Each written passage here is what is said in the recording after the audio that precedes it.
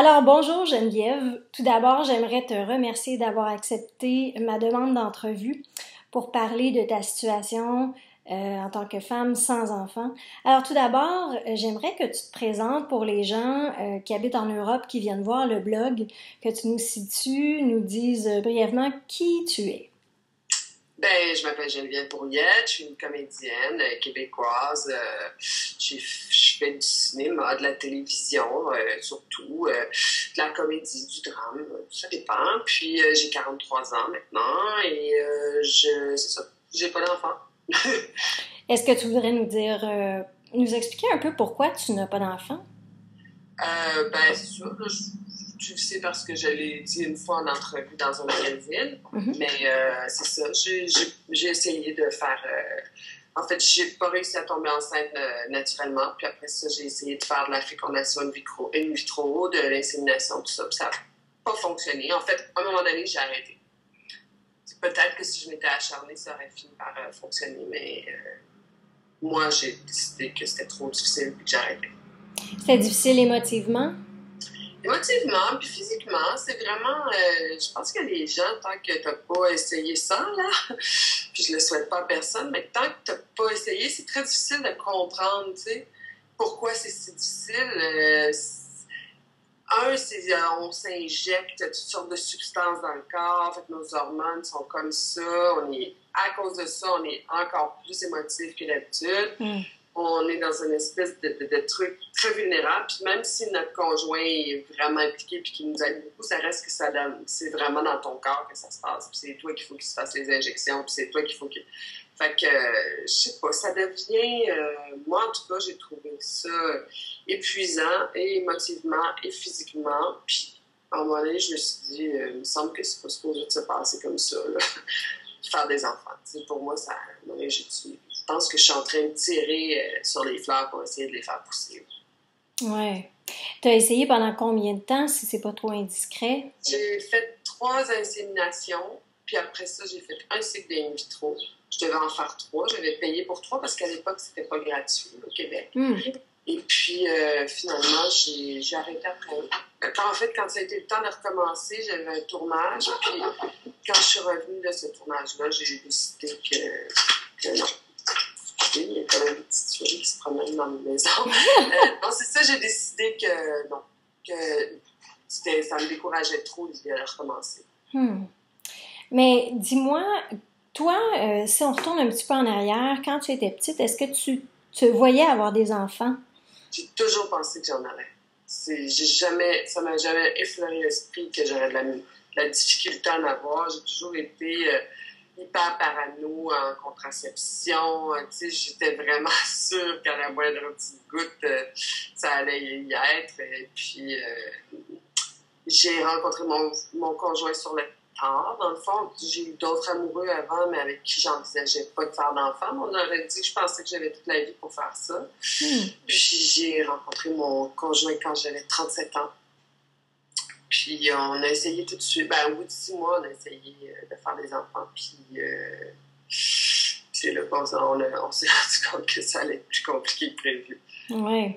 Donc, est-ce que tu étais allée jusqu'à même imaginer le nombre d'enfants que tu aurais, le nom que tu leur aurais donné? Est-ce que tu étais allée jusque-là dans ton imagination? Non, je pense pas que je suis allée aussi loin que ça. Non? Tu t'étais pas projetée? Non, mais c'est juste comme quelque chose de naturel, de normal, je sais pas. C'était sûr que ça allait arriver. Tout à fait. Ouais. Et est-ce que... quelles valeurs as-tu aimé leur transmettre à tes enfants? Et est-ce que ces valeurs-là, tu sens que tu les transmets à d'autres personnes? Peut-être que tu côtoies des jeunes dans ton entourage? Il n'y en a pas beaucoup dans ma vie, non? À part le petit voisin qui est en train d'arriver, justement. Je l'entends parler dehors. Non, j'ai un neveu que j'aime beaucoup, c'est tout. On est une famille pas très nombreuse au niveau des enfants. Qu'est-ce que je leur aurais donné comme... Puis je fais beaucoup de bénévolat pour le cancer pédiatrique. Fait que je m'implique à ce niveau-là, tu sais. Mais ce que je leur aurais passé comme balance, je sais pas, j'aurais essayé de les aimer au mieux que j'aurais pu. Je pense que les choses se seraient imposées aussi. J'ai jamais été un parent, fait que je sais pas comment j'aurais fait ça. Je peux avoir des idées, mais la réalité, puis... Est-ce que tu as des frères et des sœurs? C'est quoi ce bruit-là? Ce sera pas long. Excusez-moi, c'est vraiment pas très chic, mon enfant.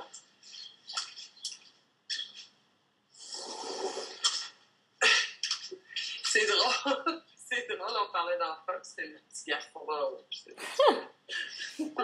Dis-moi, est-ce que tu as des frères et des sœurs? Oui, c'est ça, j'ai un frère qui a, lui, un seul fils. Ah, OK. Donc, puis, est-ce que tu as l'occasion de le voir souvent? Ou est-ce qu'il fait partie de ta vie? Tu sais, c'est compliqué, là, les familles reconstituées qui vivent dans des villes différentes et tout ça, mais oui, je le vois assez souvent. On a fait des beaux petits trips ensemble. Je l'amène en voyage des fois. Est-ce que le fait de ne pas avoir d'enfants, ça te rapproche de tes parents? Peut-être, oui. Je pense que mes parents sont vieillissants, puis je m'en occupe beaucoup. Puis, tu vois, je me dis justement, mon frère, lui, a son fils, donc il faut qu'il s'occupe, et financièrement, et avec le temps, alors que moi, comme j'aurais pas d'enfant, ben, c'est un peu, tu sais, je me dis, ben, c'est un peu normal là, que je prenne le relais. Oui, tout à fait. Et puis, est-ce que, évidemment, la question peut-être un petit peu plus difficile, mais est-ce que tu as eu à faire un deuil par rapport à tout ça? Et puis, est-ce que le deuil, c'était plus de porter, de donner naissance à un enfant, d'être mère ou d'avoir une famille? Est-ce que tu as identifié à quel niveau a été le deuil pour toi? Tu as dû faire un deuil, sûrement? Oui, ben je pense que c'est le deuil de tout ça, de tout ce que tu as nommé. Le deuil de... Je me souviendrai toujours le jour où j'ai réussi ce deuil-là. Ben, en fait, où j'ai réalisé que ça ne marcherait pas. Là. Je me souviens, je marchais sur la rue, j'écoutais de la musique, puis je pensais à ça, puis à un moment donné, ça m'a fait... Ben, tabarnouche, je pense que j'en aurais pas. Tu sais, on dirait que j'ai comme... Je me suis dit, ben voyons donc, tu parles d'une affaire... C'est comme la seule chose dans ma vie dont j'ai toujours été certaine que ça allait arriver, puis que c'est pas passé, tu sais. Mm-hmm. Puis j'étais comme... Voyons donc. Ça a été comme un gros vertige. Tu sais, parce que ta vie, tout d'un coup, vient te prendre une autre direction. Parce qu'avoir des enfants, c'est comme... Ça implique un certain chemin qu'on imagine assez facilement. Puis là, le pas d'avoir, ben, OK. Alors, oui, probablement que oui, une grossesse, ça aurait été une expérience, j'imagine, unique.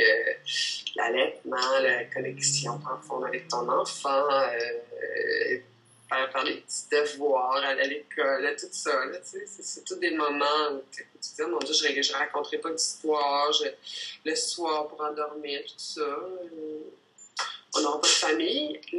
Un des deuils que j'ai encore parfois de la difficulté à faire, c'est quel sens va avoir ma vie quand je vais être plus vieille. Parce que je regarde mes parents qui me disent comment c'est important pour eux de nous regarder grandir, que c'est toute leur vie, tout leur bonheur vient de là. Fait que je me dis, oh, ouais, OK, est-ce que ça va être difficile quand je vais être plus vieille? Puis même des fois, est-ce qu'il y a quelqu'un qui va être là pour moi si je deviens... malade? Ouais, tu sais. Oui, c'est une excellente question que je me pose également, oui. Oui, tu te dis, mais dernièrement, j'en ai fait un certain... À un moment donné, je me suis dit, mon Dieu, qui va me tenir la main quand je vais mourir? Si jamais mon chum est mort déjà, mes amis sont morts, puis je sais pas.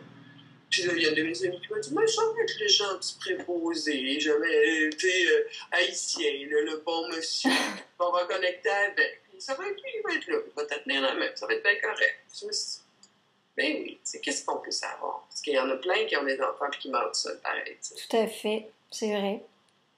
Alors.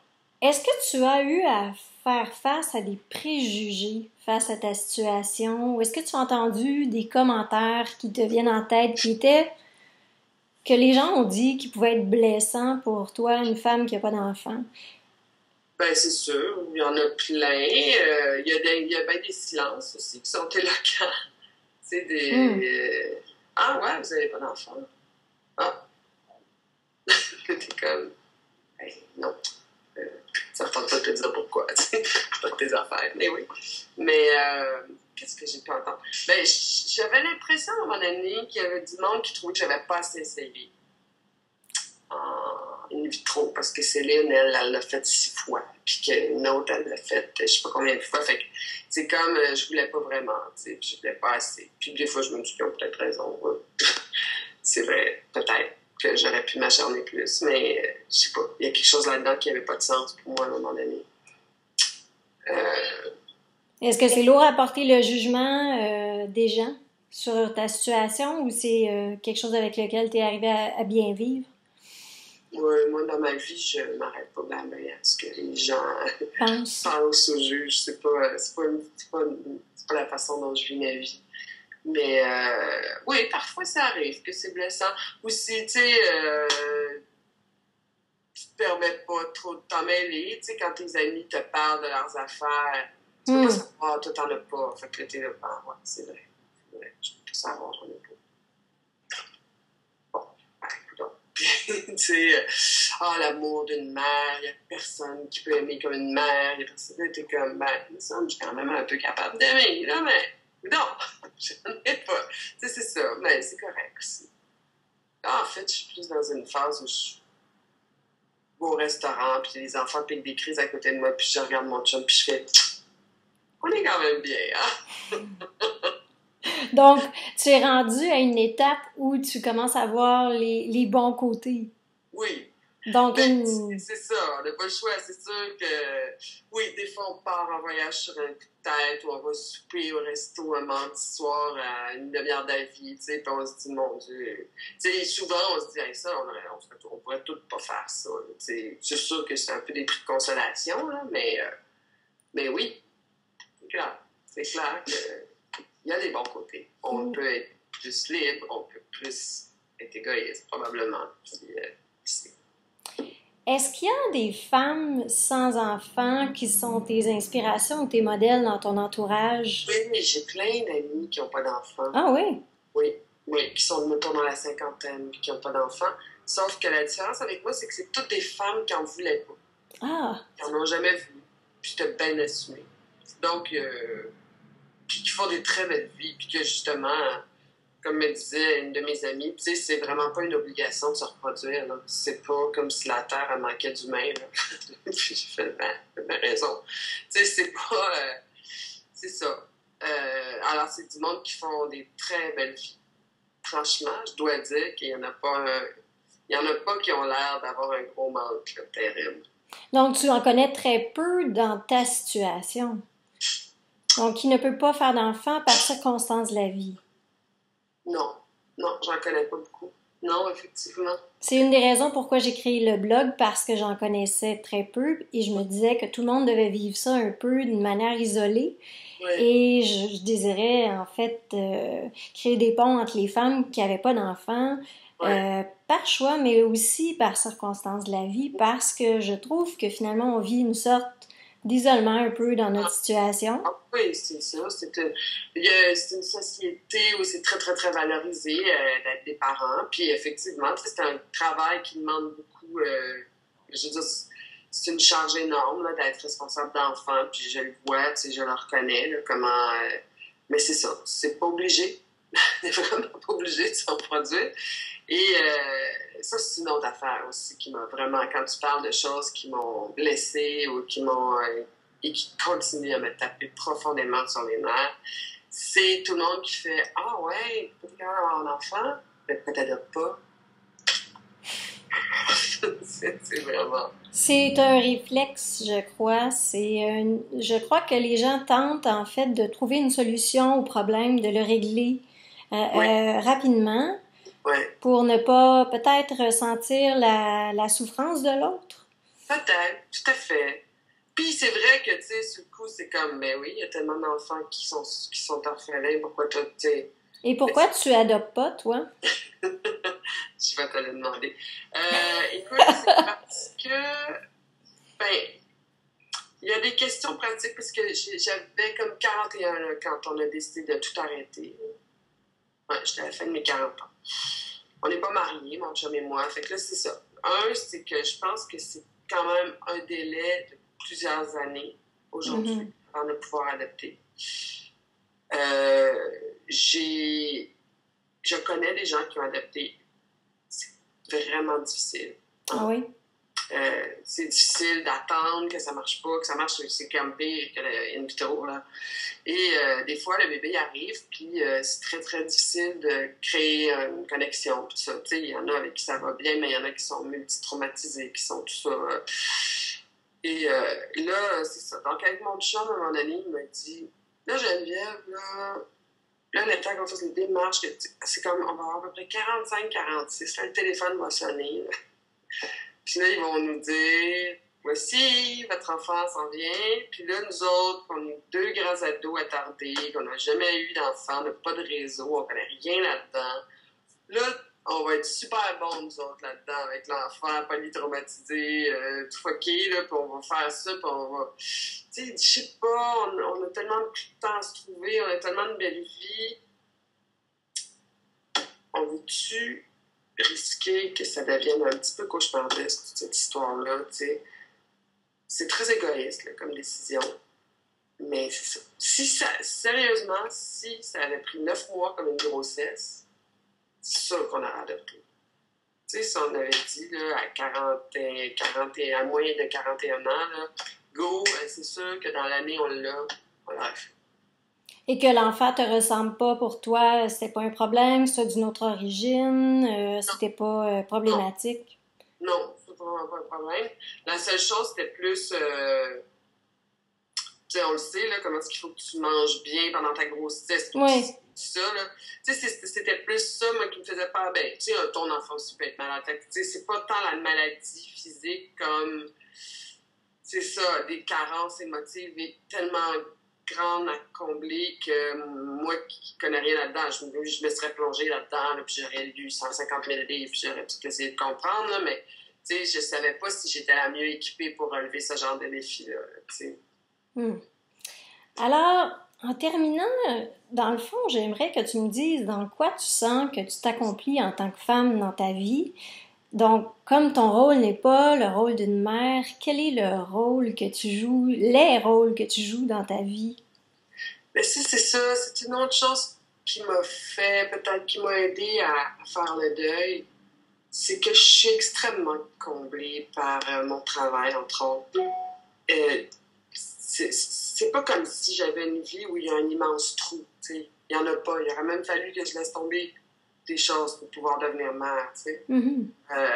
Mais mon travail d'actrice, c'est comme la création, c'est un peu comme, tu sais, c'est un peu comme donner la vie, c'est un peu, je veux dire, c'est tellement quelque chose qui me remplit puis qui m'illumine l'intérieur du cœur puis tout ça. Fait que ça, c'est déjà quelque chose de très grand. Mes relations humaines, moi, parce que j'ai pas d'enfants, ben j'ai du temps, puis j'ai du temps pour avoir des amis qui sont vraiment importants pour moi, qui sont vraiment précieux, tu sais. Fait que ça, je pense que j'ai vraiment... J'ai comme... C'est ça que me disait mon ami Daniel quand j'ai dit, oui, mais là, j'aurais pas de famille, c'est un de mes amis qui est gay, tu sais, puis qui me disait, mais la famille, c'est nous autres, tu sais, c'est nous les amis, on va s'aider, on va être là, quand on va vieillir les uns pour les autres, on va tous être vieux. En tout cas, lui, il trouve qu'il n'y a pas de problème, là. Mais bref, ces relations-là, donc, sont fortes, sont... Puis, tu sais, peut-être que c'est ça, si j'avais plein d'enfants, j'aurais pas le temps, là. J'aurais juste pas le temps physique pour avoir ces relations-là. Ça me donne aussi l'énergie puis le temps pour faire du bénévolat, encore une fois, que je pourrais pas faire si j'avais ça. Je me dis, bon, ben, vu que moi, je peux pas en avoir, ben, je vais aider ceux qui en ont puis qui sont malades. Tu sais, si leurs enfants sont malades, tout ça, je vais essayer de leur donner un coup de main à eux, tu sais. Puis voilà, c'est ça. Ce sera pas ce rôle-là, mais ça va être autre chose. Toi, ton deuil, est-tu fait? Bonne question. Je suis rendue à une étape où je ne sais pas si on peut faire totalement le deuil de ne pas avoir d'enfant. C'est sûr que d'avoir créé le blog, de rencontrer des femmes comme toi, comme beaucoup de femmes que j'ai rencontrées, ça m'éclaire beaucoup sur mes questionnements. Ça fait que je me sens vraiment moins seule, que je me rends compte qu'on est beaucoup de femmes dans la même situation. Est-ce que c'est un problème de fertilité, toi aussi? Ou, oui, c'est ça. Et ça fait longtemps que je le sais, moi, que je peux pas avoir d'enfants, mais comme je dis, moi, j'en voulais vraiment des enfants. C'était évident pour moi que j'aurais des enfants, donc ça a été vraiment un gros choc de savoir que je pourrais pas en avoir. Alors oui, mon deuil, je le fais quotidiennement, j'ai beaucoup avancé. dans mon deuil, mais je crois que j'ai encore des étapes à franchir pour être vraiment en paix avec tout ça. Puis, en fait, comprendre pourquoi ça a été placé, cette épreuve-là, sur mon chemin. Parce que Moi, je pense que dans la vie, c'est ça. Il y a des clés ou des genres de cadeaux cachés dans tout ce qui se présente à nous. Puis, je pense que le fait de ne pas être capable d'avoir un enfant, en tout cas, c'est une bonne occasion de s'aimer quand même, tu sais, puis d'apprendre à s'accepter, puis à pas se juger, puis à pas se définir à travers ça aussi, puis à travers les autres. Tu sais, c'est ça qui est difficile, c'est que c'est comme on le vit comme un échec, puis tu te dis, voyons, il n'y a rien de plus normal que ça. Le monde ne veut même pas que ça nous arrive, puis ça leur arrive. Puis moi, je suis vraiment une femme, tu sais, je suis même pas capable de faire cette chose. Mais c'est là que je pense qu'il faut se rechoisir, puis se pardonner, mais il n'y a rien à se pardonner. Accepter, tout simplement. Mais je trouve que c'est intéressant ce que tu dis, la question que tu as soulevée, est-ce que je suis vraiment une femme? Parce que ça ébranle ça en nous, le fait de ne pas pouvoir procréer. Pour moi, en tout cas, j'ai toujours cru à quelque part que j'étais pas, entre guillemets, pas une vraie femme. Mais dans le fond, je suis une femme féminine, j'ai tout d'une femme. Donc, mais oui, ça n'a absolument rien à voir, tu sais. Puis franchement, c'est pas non plus un gage de bonheur, tu sais, d'avoir des enfants. C'est pas une garantie, en tout cas, de quoi que ce soit. Vraiment, non, la Terre est peuplée de crétins, ça aurait pu être des enfants, tu sais. C'est vraiment pas gentil ce que je dis là, mais pourquoi pas. Non, je pense que c'est ça. C'est une occasion de s'accepter avec nos limites, dans le fond. Puis puis de dire que c'est ça, que malgré ces limites-là, on est quand même une personne qui a beaucoup à offrir, qui a beaucoup à donner. Puis ça doit juste être différent, ça doit juste être autrement. Il y a des choses parfois qui me consolent aussi, c'est quand je vois comme la vie est dure, tu sais. L'écologie, l'économie mondiale, toutes les transformations, je me dis, les enfants d'aujourd'hui vont avoir des grands défis à relever, tu sais. Puis si j'en avais, je serais tellement inquiète pour eux autres, je serais tellement angoissée, j'aurais tellement peur parce qu'il va vraiment falloir que l'humanité affronte des défis, ne serait-ce qu'environnementaux, qui vont être énormes, tu sais. Fait qu'au moins, on peut se dire qu'on s'épargne cette inquiétude-là. Bien, en tout cas, j'aimerais beaucoup te remercier pour cet échange-là. J'ai beaucoup apprécié notre conversation et je te souhaite une bonne route. Merci. Toi